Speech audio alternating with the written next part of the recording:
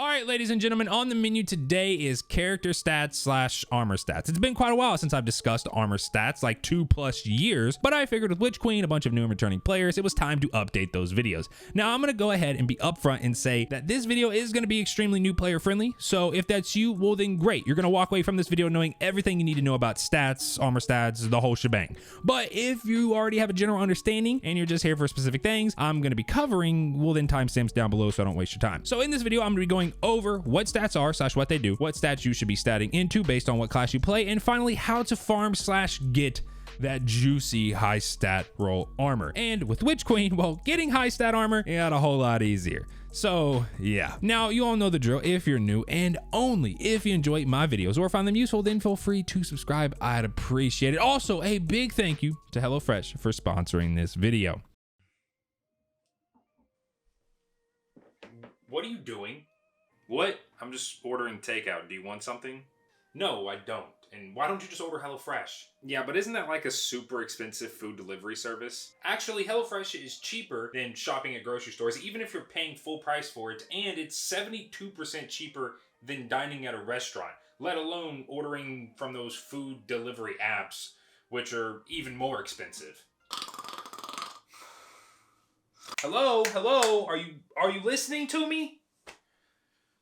All right, come on, wake up! Ow, okay, all right, it's cheaper, but I just don't have time to go to the grocery store and get all the extra ingredients you need when you order that type of stuff. What are you talking about? HelloFresh actually saves you time by sending you step-by-step recipes that are super easy to understand, pre-portioned ingredients, and everything that you need. It's so simple, not even you could mess it up. Okay, for one, we're the same person, so insulting me is just insulting yourself.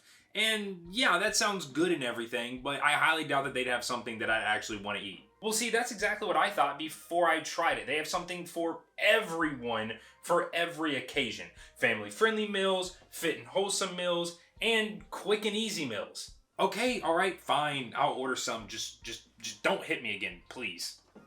Wait, hold up. Before you do, use my link or go to HelloFresh.com and use code POGMyfi16 for up to 16 free meals, plus 3 surprise gifts across 6 HelloFresh boxes, plus free shipping. And those surprises include free dessert, free appetizers, and a free premium recipe. Seriously, boys, HelloFresh has begun to save me and the ladies so much time when it comes to cooking and just eating, which we all do. Not to mention, it was actually really good. And I'm a pretty picky person when it comes to my food, so the fact that I liked it, I know you all will as well. So first up, what are stats? And I know this sounds super basic, but I'm just gonna go ahead and get it out of the way. Well, if you're new to Destiny, then you've probably noticed that in your character's menu screen, you see these small white numbers next to your armor. These are your character stats and their values. Now, there are 6 different stats, but you can actually split them up into 2 groups. Group 1 being the top 3, mobility, resilience, and recovery, and group 2 being the bottom 3, discipline, intellect, and strength.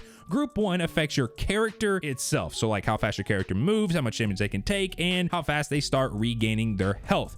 And group 2 affects your character's ability cooldown, so how fast you get your grenade back, how fast you get your super, how fast you get your charged melee. Now, technically group 1 does affect your character's class ability cooldown, but it depends on what character you're playing. Hunter's dodge cooldown is affected by mobility, Titan barricade by resilience, and Warlock rift by recovery. The higher the stat, the faster your class ability is going to regen. Now, I'm not going to sit here and break down what each stat does because you can see that at literally any time by just hovering over it in game. So if you forget what a stat does, just you can literally just go and look at it. Speaking of hovering over a stat, well, whenever you do hover over these stats, you're going to get a more detailed look at that said stat, what it does, and everything. You're going to see what tier of that stat you're in, how that tier is affecting you, a little progress bar to the next tier, and the next tier's benefit. Now, you've been hearing me say tiers a lot, and this is because each stat is split up into tiers. The higher the tier of a certain stat, the better the benefit. Using my mobility stat, for example, on screen, it reads 23.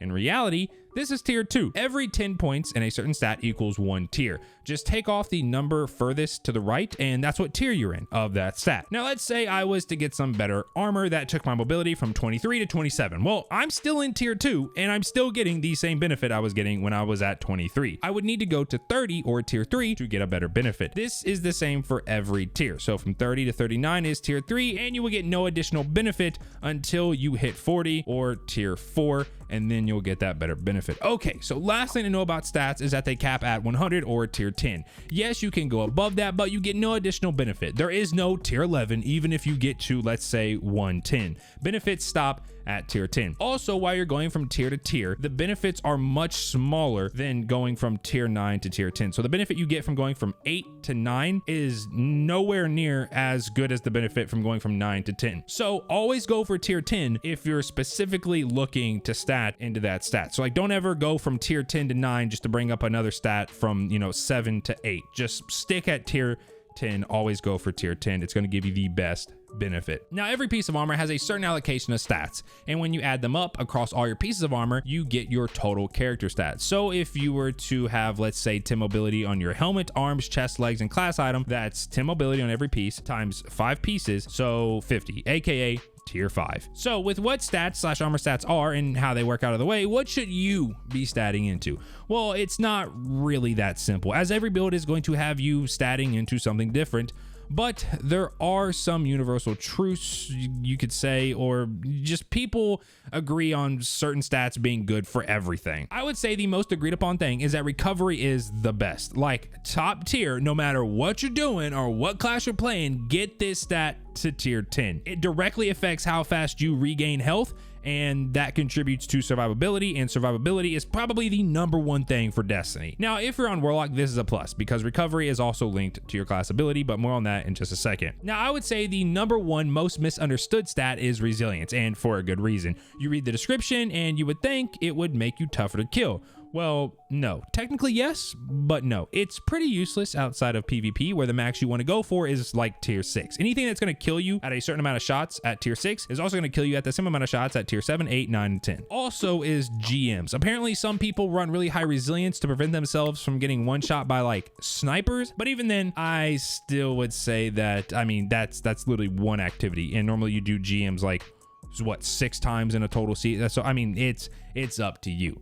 I'll link a video below on resilience and just kind of how useless it is, because I could spend the whole video explaining it. But yeah, that's probably the 2 most important things to know: max out recovery and just ignore resilience. Now, getting 2 stats to tier 10 at the same time is pretty easy to do. So with recovery being one of those, the other one should be whatever affects your class ability. So mobility for Hunter, resilience for Titan. Yes, I know I just said that and it was useless, but for Titan, it affects your barricade, so it's actually useful. And for Warlock, well, like I mentioned earlier, recovery is already tied to your rift, so I personally spec into discipline because, well, every build has grenades, and essentially every activity you're going to be using your grenade. Now, once you have 2 stats at tier 10, you can begin working on a third, and that stat is entirely up to you and your build. Getting 3 stats at tier 10 is pretty difficult, but armor stat mods / the new subclasses can aid you in this. Every piece of armor you have will have a dedicated stat mod socket. It's the first slot and increases that said stat on that piece of armor by either 10 points / 1 tier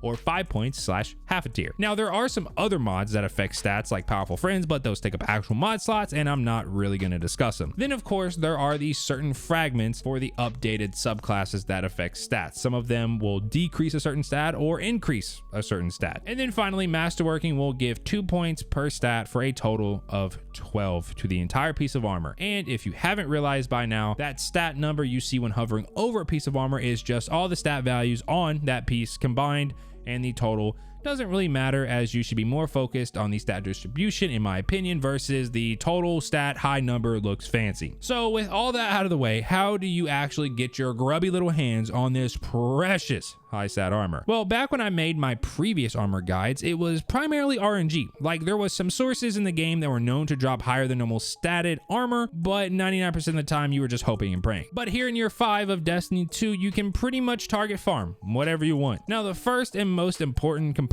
of any method you use to farm high stat armor is the ghost shell mods. If you head on over to your ghost shell and you hover over the 3rd slot from the left, the economic ghost mod slot, you will see that there is a mod for each stat.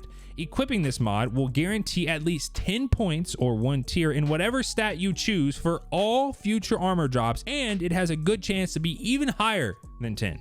So throw on the mod that correlates to whatever stat you want the most. Now, I'm gonna be covering 3 different activities to farm this high stat armor, and it's like activities slash ways slash methods, whatever you want to call it. Each has their own strength and weaknesses. First is the Grasp of Avarice dungeon. There's actually nothing special about it, and you farm it by just doing the dungeon. But the armor that drops, Artifice armor, is probably the best armor in the game. So I thought that I'd mention it. And this is because of its extra armor slot that allows you to equip seasonal artifact mods. Yes, we have other armor in the game that has extra mod slots like raid armor, but normally those slots are directly linked to mods that can only be used in a certain activity, where Artifice armor just has an entire extra seasonal artifact mod slot. So it can be used literally anywhere in the game, and it's really, really good. But like I said, there's nothing special about it, and you're really relying on RNG. But if you can get a good stat rolled piece, then well, congrats, because you've got probably the best armor in the entire game. Next is the Vault of Glass raid weekly rotating guaranteed stat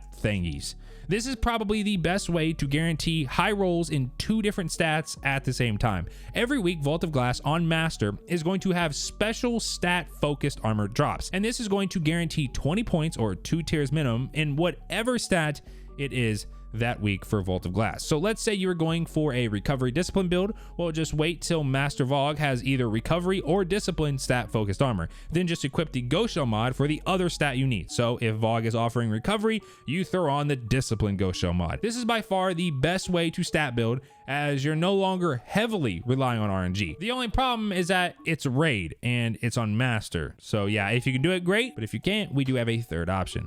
Speaking of the third option, well, if you don't care about Artifice armor, and I know I just said Artifice armor was like the best in the game, but I personally only ever use the arms because that's where the champ mods are for Artifice armor, but I digress. And you can't do Vogue but still want high stat armor, you're in luck. With the Witch Queen, more specifically Season of the Risen, came a way to farm high stat armor by yourself, and it's stupid easy. Just head on over to the war table in the helm and make sure you have the armor declothing clearance upgrade purchased. From there, just purchase the armor with the Ghost Shell mod equipped. This armor is going to drop with a minimum of 63 total stats, and because you're rocking the Ghost Shell mod, you're guaranteed to get at least 10 points in one specific stat of your choosing. The good thing about this method is, like I mentioned, it can be done alone, aka for solo players. It also allows you to get specific pieces of armor, so that cuts out even more RNG. So if most of your armor is really good and you only need, let's say, 1 or 2 pieces, then you can directly purchase those specific pieces. The only downside, if you even want to call it that, is that it requires Umbral Engrams and Risen Umbral Energy. You probably won't have a problem with the Umbral Engrams, but the Risen Umbral Energy, you might. You get this material at the end of the new Psyops activity via the chest, and the chest requires psychogenic intel to open. Now, if you head back on over to the upgrades little tab at the war table, the bottom red upgrades, except for the last one, all aid you in getting Risen Umbral Energy and psychogenic intel. So buy them all and start farming away. If you're new to the game or have never really looked at character stats, just go and do this. Throw on the recovery Ghost Shell mod, and I can almost guarantee that you'll get better armor than what you currently got. And like I mentioned, it's stupid easy. But that is character stats slash armor stats, a general rule of what to stat into and how to get that high stat armor. Now, one last thing before you head out, let me know down in the comment section what's the highest stat rolled armor you have and where you got it. I'm curious what you all are rocking. Let me know. But with all that being said, if you enjoyed the video, then feel free to drop a like, and we'll catch you all in the next one. Peace.